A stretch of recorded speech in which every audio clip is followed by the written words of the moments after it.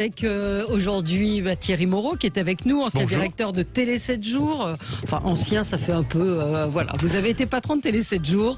Aujourd'hui vous êtes producteur, Moscat Productions. On vous retrouve également sur Twitch.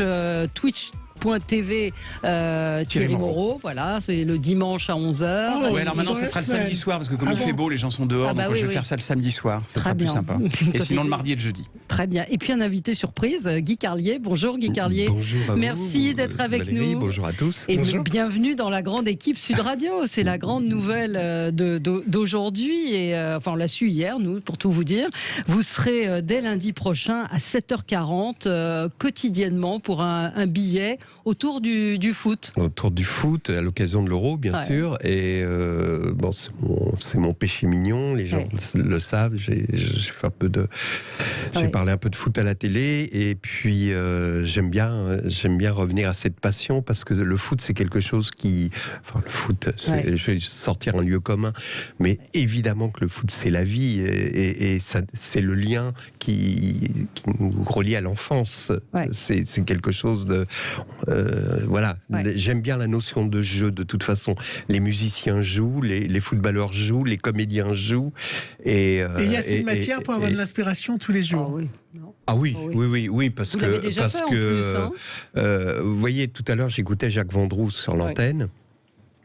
Qui va inaugurer un stade Charles de Gaulle. Là, il y a une chronique à faire. Le lien entre Charles de Gaulle et le foot, c'est assez surréaliste et drôle. On va en reparler avec vous dans un instant. Et Gilles, il y a une question du jour ou pas? Oui, la question du jour, je vais en parler d'ailleurs dans mon zapping. Il y a eu l'affaire Mila, évidemment, qui est maintenant dans la partie judiciaire. Et on va y revenir, nous. Et évidemment, sur ce qui est revenu évidemment dans l'actualité, c'est l'anonymat sur les réseaux sociaux. C'est une des clés, évidemment, de ce procès, mais on voit que d'ailleurs l'anonymat ne les a pas empêchés d'être en tout cas écoutés par la justice, ceux qui ont insulté Mila. Eh bien, est-ce qu'il faut enlever l'anonymat des réseaux sociaux pour l'instant pour nos auditeurs? Mais on vient juste de mettre la question, donc c'est non à 64% et oui à 36%. Mais il n'y a pas beaucoup de votes, on vient juste de le mettre sur notre compte Twitter. Allez, on va passer au zapping, le meilleur de la télé d'hier. Sud Radio 10h midi Média, l'instant zapping. Hier, Roger Federer nous a fait du McEnroe. Je ne sais pas si vous avez vu ça. Les anciens me comprendront. Hier, sous la chaleur moite du central, notre Suisse s'est énervé contre l'arbitre. Alors, il lui avait donné un avertissement parce qu'il a pris du temps pour ramener sa serviette. Et du coup, vous savez que c'est chronométré. Il a dépassé de 15 secondes. Alors, du coup, ça a donné ça. Mais il est suisse, hein. Ça a donné ça à l'antenne. Pour dépassement de temps, parce que lui il est prêt à servir et toi tu es pas prêt. Je pense que je suis lent. Une démarche un peu plus rapide, ça aidera. Non. Mais si lui 25 je suis plus lent. Et plusieurs fois. C'est la première fois qu'un mec me sert quand je suis pas encore là. Oui. Toi t'as pas réagi, t'as rien dit. Non, j'ai rien dit parce que c'était un style, c'est un style. Il voulait te faire comprendre. Oui, alors moi j'ai rien compris, je suis désolé. Alors pourquoi tu me dis pas? Parce que je pensais que c'était obvious pour tout le monde. Tu penses faux, comme tu as pensé faux juste avant. Possible. Ça va rester, hein. Tu penses faux. Hein. Tu pensais, mais tu penses faux. C'est le procès contre les haters. On en parlait il y a un instant sur Twitter et sur les réseaux sociaux. Hier, Mila a fait face donc à ces harceleurs 2.0. Richard Malka, son avocat, était évidemment sur les chaînes info où il expliquait le calvaire vécu par l'adolescente. Entre ses 16 ans et demi et ses 18 ans, a reçu plus de 100 000 messages haineux et de menaces de mort, lui promettant de se faire découper, ligoter, écarteler, lapider, décapiter avec des images de cercueil, de potence. Alors moi je m'y fais pas, moi je m'en remets pas. Que ce soit la seule jeune fille de ce pays pour la première fois de notre histoire qui doit être protégée 24 heures sur 24 par des policiers, imaginez sa vie, elle ne peut plus aller en terrasse tranquillement, elle peut plus se balader dans la rue, elle peut plus avoir de stage, toutes les portes lui sont fermées, c'est insupportable. Et je ne me remets pas, enfin, que les 13 personnes qui sont là aujourd'hui soient toutes passées par notre système éducatif et qu'aucune ne sache que la critique des religions, c'est légal. Et ça n'a rien à voir avec du racisme. Ouais, Guy Carlier, ça vous... J'ai une admiration sans borne pour cet avocat qui était l'avocat de Charlie Hebdo. Et je voudrais juste vous rappeler quelque chose, Valérie. Un jour, on a fait une émission à la télé ensemble et vous aviez Charb comme dessinateur. Et j'observais ce type. Et à la fin de l'émission, j'étais admiratif de son courage, puisque il était menacé sans cesse, etc. Et je me demandais comment il arrivait à vivre, et j'avais un peu honte de pas m'engager comme lui. Je ressens la même chose avec cet avocat. Ce sont des gens qui sont des résistants par opposition aux collabos, si vous voyez ce que je veux dire. Ouais, c'était quelqu'un d'extrêmement courageux, et Richard Malka aussi. Je trouve que c'est un homme d'honneur, un homme qui est droit. Et Charles disait, je préfère mourir debout que de vivre à genoux.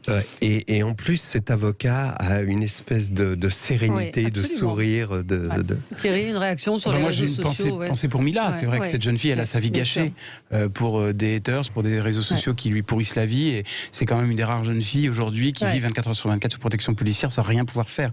C'est une horreur absolue. Ce qui est assez étonnant, c'est que tous ces jeunes qui sont aujourd'hui mis en examen sont des jeunes dits normaux. C'est-à-dire qu'ils n'ont jamais été condamnés, qui sont, comme dit Richard Malka, ils ont quand même été à l'école, ils ont été éduqués, donc on se rend compte que menacer quelqu'un de mort n'est pas anodin. Mais c'est facile d'insulter de son canapé le soir à 22h, on ne sait pas quoi faire, on est sur Internet et on balance un truc, puis on se dit c'est pas grave. Et puis à la sulfateuse hier, Patrick Cohen, dans C'est à vous, a tiré à boulet rouge sur le je vois que la séquence a été vue, sur le professeur Raoult. Pour lui, le temps du jugement arrive. Il a été la boussole qui indique le Sud.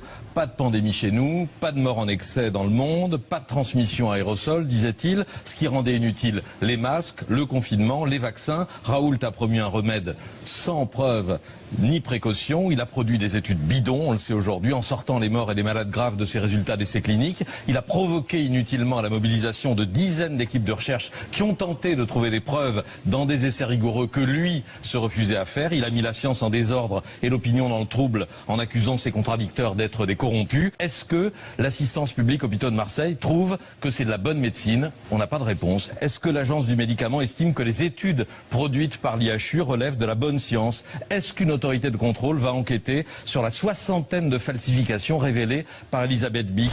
Alors je dois préciser qu'on a raccourci avec le réalisateur, parce que la diatribe elle fait 3 minutes 30. Il faut l'écouter dans son entièreté, parce que c'est glacial, c'est froid, c'est limpide. C'est factuel net. Aussi. Je ne sais pas si le professeur Raoult répondra à cette chronique. Il sera tout à l'heure chez André Berkoff. Vous en pensez quoi, vous, du professeur Raoult, de ce qui s'est passé? D'abord, il ne fait pas partie de l'assistance publique, puisque c'est un établissement indépendant. Mais ce qui me sidère, c'est que ses diplômes, enfin, je veux dire, son statut international était réel. Enfin, je veux dire, c'est incroyable. Et là, évidemment, Cohen a raison dans ce qu'il dit. C'est la boussole qui indiquait le Sud. Et puis il est parti dans un délire un peu mégalo avec cette histoire de QI de 180. Enfin, voilà, il y a cette personnalité folle qui a pris le pas sur le savant. Mais je pense que techniquement, le type était quand même au niveau pour qu'on lui confie cet institut. Mais la célébrité peut rendre dingue. Oui, c'est ça. Il s'est approché du soleil et ça le brûle. Je pense que c'est ça, Gilles. Pour finir, c'est mon petit cadeau pour vous, Guy. Vraiment, ce son est pour vous. Alors, c'est une petite pépite. Il y a un site qui s'appelle Derek React. Alors, Derek, c'est un Américain moyen. Et il découvre sur son site les chansons françaises. Alors, il les fait découvrir aux Américains. Alors, il leur fait découvrir Lara Fabian, Mylène Farmer, début de soirée. Alors, évidemment, comme un Américain, il est très étonné. Alors, vous me voyez peut-être venir, Guy. Il a découvert, vous savez qui? Oui, j'imagine. Johnny Hallyday. Et Johnny, alors ça l'a rendu dingue, vous allez voir. Il a le clip vidéo, il pousse des petits cris et il adore Johnny comme vous. You would write Novi, yes, with Johnny Holiday. Holy cow, that drum is big. He's smoking a cigarette, this guy. Holy crap. No way. No way. Get the flip out of here, my bananas, my fruit, my wagon. It's coming right at you. Voilà, allez sur le site, ça s'appelle Direct React. Et c'est vrai que Johnny Hallyday, il n'a pas été très connu à l'étranger, en fait. Il a raté sa carrière américaine. Il a complètement raté sa carrière américaine. Je pense que, à partir du moment où c'était une copie des Américains au départ et des adaptations, donc ils n'avaient aucune raison d'avoir la copie alors qu'ils avaient l'original. Bien sûr. Alors, Guy Carlier, vous arrivez sur l'antenne de Sud Radio tous les jours à 7h40 du lundi au dimanche. Oui. Vous êtes un lève-tôt? Oui, je suis là. Oui, j'ai fait les matinales assez longtemps. Vous avez fait les matinales longtemps. Alors, j'aime bien travailler le matin très tôt. Ouais. C'est une super idée. En tout cas, moi, j'étais enchantée à l'idée de pouvoir vous réentendre dans des billets quotidiens. Ouais. Comment est-ce que vous travaillez? Comment vous allez travailler? Vous travaillez, juste avant le billet, la veille? Comment ça se passe? Je suis incapable de travailler la veille. C'est terrible. Donc, je suis obligé de me lever à 3h, 4h. En fait, c'est venu de l'époque où je faisais des matinales avec Marc-Olivier Fogiel, où j'arrivais, on avait rendez-vous à Europe 1, enfin, c'est une station concurrente et amie, comme on dit, à 4h du matin. Et il fallait pas que j'écrive avant parce que pour l'équilibre de sa matinale, par exemple, si à l'époque je faisais un billet sur Villepin, il me disait maintenant on l'a à 7h30, donc à 8h moins 10 ça va être trop, donc je devais arriver vierge et de 4h à 8h, j'avais 4 heures pour écrire une chronique. C'est peu pour écrire une chronique si vous voulez faire autre chose que du tout venant, c'est-à-dire trouver un angle et puis une ou deux fulgurances et voilà quoi. Alors ça va s'appeler À la limite du hors-jeu, puisque donc vous allez commenter le prochain championnat d'Europe qui arrive. Si vous aviez dû faire une chronique sur Karim Benzema, vous auriez dit quoi? J'aurais dit ce qu'a dit Jacques Vendroux tout à l'heure sur l'antenne, que le temps du pardon était venu et que ce qu'on a vu l'autre jour était prometteur. Et je trouve que voilà, tout est bien qui finit bien, j'espère. J'ai écrit un livre sur Mathieu Valbuena qui s'appelle Qui veut tuer Mathieu Valbuena, qui n'avait aucun rapport avec l'affaire de la sextape, simplement parce que je l'avais vu pendu en effigie à Marseille quand il était revenu jouer avec Lyon. Mais sur cette affaire-là, voilà, ça va être jugé d'ailleurs. Mais ce qui me gêne là-dedans, c'est, on revient à l'affaire Mila, c'est qu'on a encore deux blocs face à face, etc., et que des gens se servent de ça. Et je trouve que là, l'attitude de Deschamps et de Benzema, même si elle est dictée par certains intérêts qui ne sont pas forcément humanistes, mais en tout cas est positive, et c'est une bonne chose. C'est une bonne chose, et ça permet de calmer des tensions. Ouais. Et donc, vous allez être sur le pont. Donc, tous les jours, ça va être multidiffusé sur l'antenne de Sud Radio. On va gagner ? On va gagner, évidemment. Évidemment. Mais dernière chose, sur un plan alors purement technique, pour ceux qui nous écoutent et qui sont vraiment amoureux de foot, c'est évidemment le meilleur attaquant. Il y a Mbappé, mais je veux dire, il était indiscutable en équipe de France sur le plan sportif depuis longtemps. Moi, je suis pas très foot, mais le plaisir d'écouter Guy Carlier va me rendre le foot sympathique. Moi aussi, je suis absolument ravi. Vous la regardez la télé, Guy Carlier? Parce que vous avez oui, je la regarde, mais oui, bien sûr, mais de moins en moins, les habitudes ont changé. C'est-à-dire que, par exemple, je fais une chronique pour un magazine télé. L'autre jour, mon fils passe, il a 14 ans, et il me dit, c'est quoi je dis, je fais ma chronique pour le magazine télé. Mais c'est quoi un magazine télé? Je dis, c'est un magazine qui donne les programmes de la télé. Il était sidéré. C'est pas l'ancien, c'est l'ancien Télé 7 jours. C'était 7 jours l'ancien. C'est-à-dire que ça, pour eux, pour les gamins, ça n'a plus de sens. Ils consomment la télé sur leur smartphone quand ils veulent, les vidéos qu'ils veulent, etc. Moi, j'ai un écran que les enfants ne regardent pas.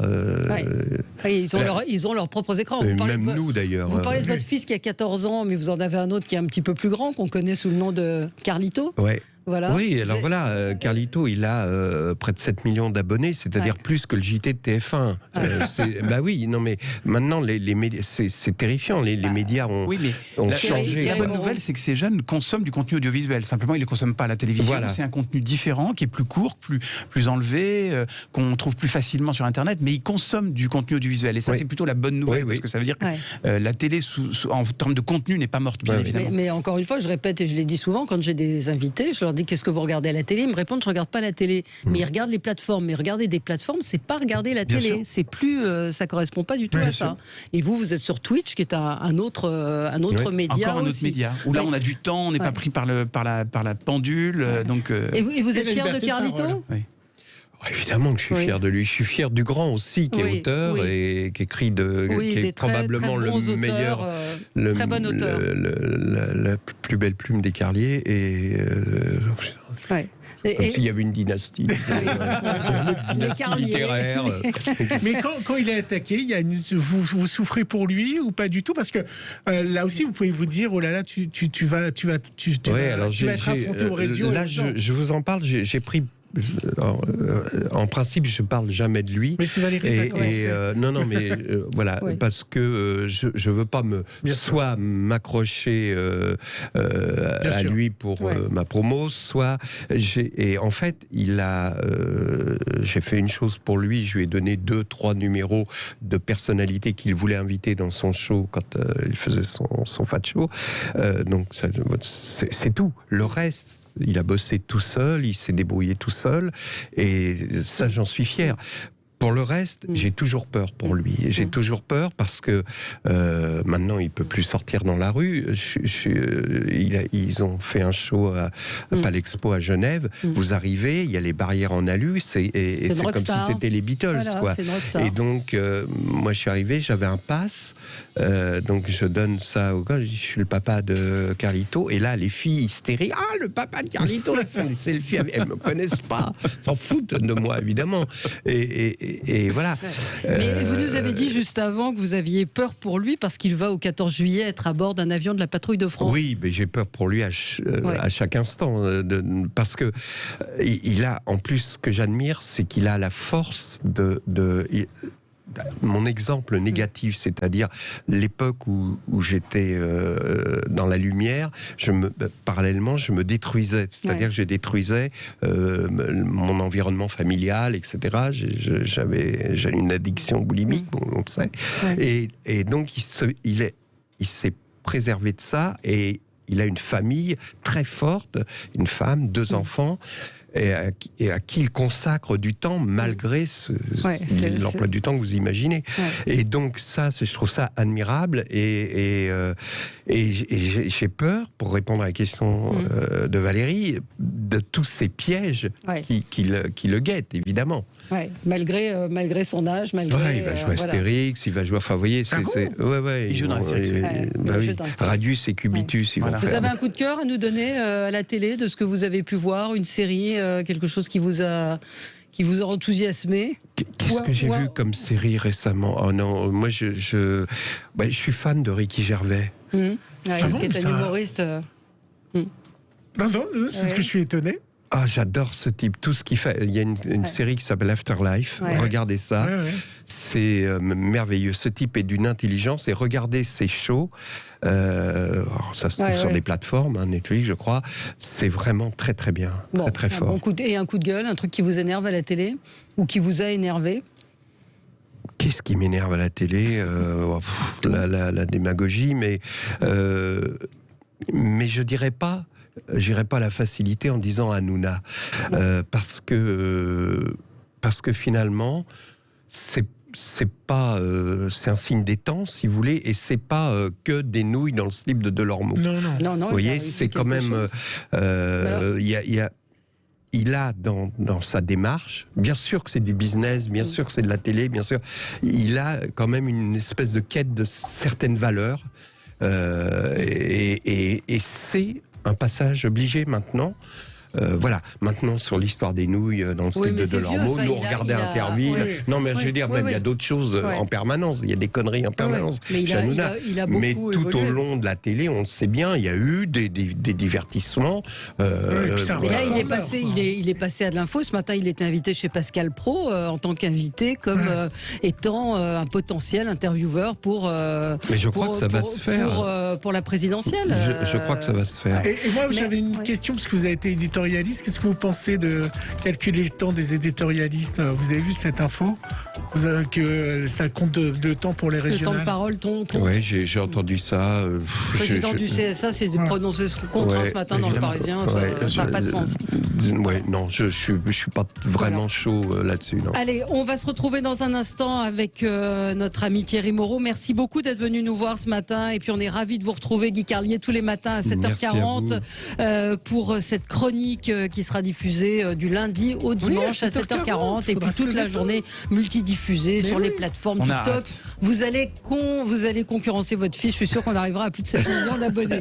Merci Guy Carlier d'avoir été avec Gion, et comme Thierry Moreau, voilà, vous n'avez pas dit grand-chose dans cette première partie. C'était important qu'on parle quand même médias sur ce qui s'est passé cette semaine. Vous avez un coup de cœur? Alors un coup de cœur, oui, l'arrivée de Yoann Ryu aux côtés de Camille Combal pour Marble Mania. Déjà une histoire de jeu de billes, je trouve ça très drôle parce que j'aime bien tout ce qui Moi j'en ai pas entendu parler. C'est une sorte de jeu. Alors le fond c'est un jeu de billes, mais il va y avoir aussi d'autres épreuves, et surtout l'arrivée de Yoann Ryu qui est connu pour faire ses commentaires sportifs sans les images, donc aux côtés de Camille Combal.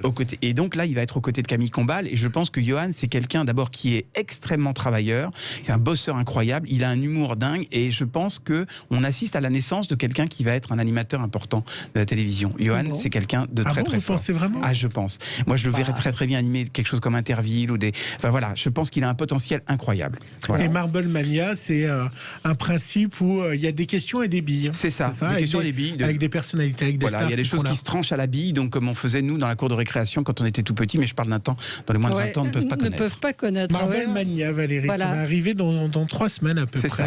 Gilles, vous avez un coup de cœur? Mon coup de cœur, c'est pas si j'en avais un peu parlé dans mon zapping, c'est Nos Sources. Alors Nos Sources, c'est dans les temps où les journalistes sont critiqués, je trouve que c'est une bonne démarche du groupe France Télévisions. C'est la plateforme de France TV. Ça a démarré hier. Hier, il y avait un sujet justement sur le harcèlement en ligne. Et donc, quand ils disent par exemple 30% des harcelés, il y a une petite ligne qui s'affiche d'où vient ces 30%, pourquoi ils citent ce chiffre. Et puis après, quand vous allez sur la plateforme de France Info, vous avez l'article d'où le journaliste s'est inspiré. Hier, dans le Trésor, ils expliquaient qu'il y avait tant de colorants dans la nourriture. Là aussi, pourquoi ils disent qu'il y a tant de colorants dans la nourriture? Ils vont donner les sources. Et puis, alors, il y a un truc, puisque j'étais voir la plateforme, qui est très bien fait aussi, c'est qu'il y a les bios des gens qui apparaissent, qui ils sont, pourquoi ils sont interviewés, pourquoi ce monsieur, alors il est directeur de l'institut, mais c'est quoi tel institut? Et du coup, vous pouvez vraiment voir le travail qui est fait des journalistes, en tout cas ceux de France Télévisions, et je trouve ça bien dans les temps qui courent, de montrer que finalement, on dit pas forcément n'importe quoi, et qu'ils sont pas forcément sous influence. Vous avez été voir très bonne idée, absolument, oui, puis ça fonctionne vraiment comme un second écran, c'est-à-dire qu'on peut regarder ce qui se passe à l'antenne de France Télé, et on va voir les confirmations, les sources et les bios sur un autre écran. C'est formidable. Moi, j'ai un coup de cœur pour une série qui est passée sur OCS, qui vient juste de se terminer, qui s'appelle Mayor of Easttown. Et Mayor, c'est Kate Winslet, qui est absolument formidable. Si vous n'avez pas vu cette série, c'est fini. Donc c'est ce que vous avez dit. Non, mais sur les plateformes, on peut la regarder comme on veut. Madame. C'est complètement stupide votre réponse. C'est fini, comme si vous êtes resté en disant cette série est finie. Je suis désolé. Mais vous m'auriez taclé si j'avais dit ça. On n'est pas sur TF1, on n'est pas en linéaire, on n'est pas sur France 3. Et même TF1 rediffuse. Même TF1 rediffuse. Donc, je veux dire que la série, vous nous avez fait perdre 30 secondes pour rien, Gilles. La série vient de se terminer aux États-Unis. Elle a battu des records d'audience. Et moi, j'ai adoré cette série avec Kate Winslet, qui est formidable dans cette flic dont la vie s'écroule. Elle a perdu son fils. Elle enquête sur la disparition d'une jeune fille, le meurtre d'une jeune fille. C'est vraiment, elle est remarquable. Alors, il y a eu tout, quand on cherche sur Internet, on voit il y a plein de papiers autour de son ventre parce qu'elle a un petit bourrelet. Elle a demandé à ce que ce soit pas retouché. Voilà où on en est aujourd'hui quand on veut parler des séries télévisées. Mais c'est une série vraiment remarquable que je vous encourage à aller voir sur OCS. Un coup de gueule, Thierry Moreau? Un coup de gueule pour TF1. On parlait de TF1 à l'instant, avec la série Dirty John sur TF1 qui est diffusée et que je trouve pas au niveau d'une grande chaîne historique en prime. C'est du niveau d'un téléfilm de l'après-midi. C'est mal joué. Et d'ailleurs, ça fait des scores miteux parce que ça a fait 2 fois moins que Cantona lundi soir. Enfin, vous faites un documentaire sur Picasso, il fera des scores miteux. D'accord, mais sauf que on parle d'un miteux. Prime sur TF1 en début de semaine, et je pense qu'il faut un niveau de qualité. Moi, j'ai bien aimé. Alors, j'ai vu la série avant sur les plateformes, et j'ai trouvé que c'était très bien. Je trouve ça mal joué. Je trouve vraiment. C'est une histoire vraie. Moi, ça m'a intéressé parce que j'ai été regarder un petit peu. Et les personnages ressemblent pratiquement trait pour portrait. Oui. Je trouve que c'est pas du niveau TF1 et d'ailleurs les audiences sont très mauvaises. Sont très mauvaises parce que ça prend pas. Moi j'avais un coup de gueule sur, on en a un petit peu parlé ici, sur ce qui s'est passé le week-end dernier avec la traque du fugitif, où les chaînes d'infos ont suspendu tous leurs programmes pour dire rien, c'est-à-dire d'un homme qui n'avait tué personne, dont on a dit des choses dont on ne savait pas la réalité. C'est comme la fois précédente où il y avait eu cet homme qui, lui, pour le coup, avait tué son patron et une autre personne dont on a dit que c'était un dangereux. Alors, il était dangereux parce que fou, mais on a dit qu'il était surarmé, il s'est rendu comme une poule mouillée. Enfin, on extrapole, on écrit une histoire qui n'est pas celle-là. Et c'est ce que vous dites, ça s'appelle le storytelling. Ouais. On écrit une histoire. Je pense que les chaînes info maintenant ont une nouvelle façon de raconter l'information, information ou pas information d'ailleurs, parce que vous disiez qu'il y avait finalement très peu d'informations qui étaient données, mais on tient l'antenne et on raconte une histoire tout au long de la journée avec les hélicoptères, avec des voitures de gendarmes derrière et quelqu'un qui finalement parle à l'antenne sans trop savoir ce qui se passe dans la forêt. Et souvent avec la même image, puisqu'on fonctionne ce qu'on appelle en télévision par poule. Donc vous avez une image fixe de la roue crevée de la voiture des gendarmes, vous avez la roue crevée de la voiture des gendarmes et vous allez sur LCI. Alors moi, ce qui m'étonne, alors je suis totalement d'accord avec vous, moi ce qui m'étonne c'est LCI, parce que LCI logiquement n'a pas dans son cahier des charges, ne doit pas faire du breaking news et ne doivent pas faire du show. Donc si on regarde pourquoi ils peuvent le faire. Mais quand l'actualité le justifie, donc après on considère ou pas que c'est une actualité qui justifie. C'est pas du vrai breaking news. Ils peuvent le faire. Ils ont supprimé quand même le grand jury RTL Le Monde. Quand on regarde vraiment les statuts de LCI, c'est quand même bizarre qu'ils se mettent à copier BFM. Juridiquement, ils ont le droit de le faire, mais effectivement, je pense que c'est une mauvaise chose. C'est une mauvaise chose. Ils auraient dû rester en programme habituel et c'était une alternative justement. Mais LCI se cherche. Oui, absolument. Vous pensez que ça va être très compliqué face à CNews et BFM? CNews maintenant que une campagne de pub. Absolument. C'est News qui prend le large avec BFM, donc LCI se cherche. Sachant que France Info est à part, la seule qui est vraiment problématique en termes de ligne éditoriale, c'est LCI, bien évidemment. Absolument. Gilles, vous, c'est un coup de gueule? Vous avez vu, c'est l'été début juin. Alors ça y est, on est en grille d'été. Alors ça, c'est incroyable. Cyril Hanouna s'arrête. Le Fort Boyard arrive la semaine prochaine, samedi prochain, déjà. Alors je vous explique pourquoi. Cyril Hanouna, c'est parce qu'il veut voir le foot. Il l'a dit clairement. Oui, c'est vrai. Et Roland Garros. La quotidienne, l'émission qui est sur France 5, est en rediffusion et redémarre en octobre. Alors en fait, avant on démarrait en septembre et on allait jusqu'à début juillet. Maintenant on démarre mi-octobre et on finit début fin mai, début juin. Oui, c'est-à-dire qu'au lieu de financer 8 émissions, 8 mois, on en finance un petit peu moins. Et du coup, je pense qu'il y a un deuxième phénomène aussi, c'est que comme le confinement, on se déconfine, donc les gens vont être beaucoup en terrasse. Je pense que les gens vont beaucoup sortir sur ce mois de juin s'il fait beau, et donc les audiences télé vont forcément en pâtir. Donc je pense que c'est aussi ce phénomène-là qui a probablement joué. En tout cas, je trouve que les chaînes devraient emmener les gens jusqu'à... Des gens vont continuer à travailler, ils vont peut-être être en terrasse, mais ils vont continuer à être le soir, peut-être crever et envie de regarder la télévision. Ça s'arrête beaucoup plus tôt qu'avant. Oui, tout à fait. Non, mais c'est clair. L'argument économique est évidemment un argument majeur. Et alors, moi, ce que j'aime dans cette histoire-là aussi, et c'est un peu mon coup de gueule, c'est que Cyril Hanouna se dit, bon, avec le football, Roland Garros, on va pas faire d'audience, je vais me casser, je vais me protéger. Et donc, du coup, il met de Chavannes, qui lui est envoyé au pilori. Vous en pensez quoi? Vous en pensez quoi, Thierry Moreau, de l'arrivée de Christophe de Chavannes? Je pense que le pouvoir d'attraction de C8 et de Cyril, qui est capable de décrocher son téléphone pour aller chercher des gens et leur offrir une seconde vie télévisuelle, je trouve ça très très bien. Donc, après, je trouve que dans ses interviews, je trouve que Christophe est un peu aigri quand il parle de la télévision. Il dit si dans 2 ans je suis pas revenu, je m'en vais. Genre appelez-moi parce que j'ai besoin de faire de la télévision. J'aime pas trop la tonalité de ses interviews. Qu'est-ce que ça peut donner d'en prendre ou à laisser? Ça va être difficile. Parce qu'en fait, quand même, tous ceux qu'il est allé chercher, il les a brûlés. Cyril, moi je pense à Patrick Sébastien qui fait pas vraiment d'audience le samedi soir. M comme Maison qui est plutôt un échec. Oui, ça va s'installer M comme Maison, je pense. Moi je suis sûr. Absolument, il faut donner du temps au temps. Christophe dans un jeu, Christophe de Chavannes dans un jeu. Il est fort parce qu'il va faire du de Chavannes. Le problème, c'est que peut-être qu'auprès de certaines personnes, faire du de Chavannes, ça va rappeler la télé des années 90 et donc ça va pas fonctionner. C'est pas le public de C8. C'est pas le public de C8 en tout cas, donc ça va être compliqué. Et il l'envoie au feu à sa place. Bon, oui. Oui. Il lui offre une Brigitte, fenêtre. elle dit comme vous, Gilles, le tort des chaînes en continu, c'est de meubler. Ils disent parfois, ils donnent des éléments qui ne devraient pas être révélés durant les opérations de police. Vous avez été choqué par certaines choses qui ont été dites par les gendarmes pendant la traque du fugitif. Sur l'armement, sur plein de choses. Oui, on va attendre, on va le coincer, on attend qu'il s'use. Et puis, puis même des choses sur l'armement, vous avez raison, sur les stratégies, sur les choses comme ça paraît un peu... Et d'ailleurs, lundi, on aura un général.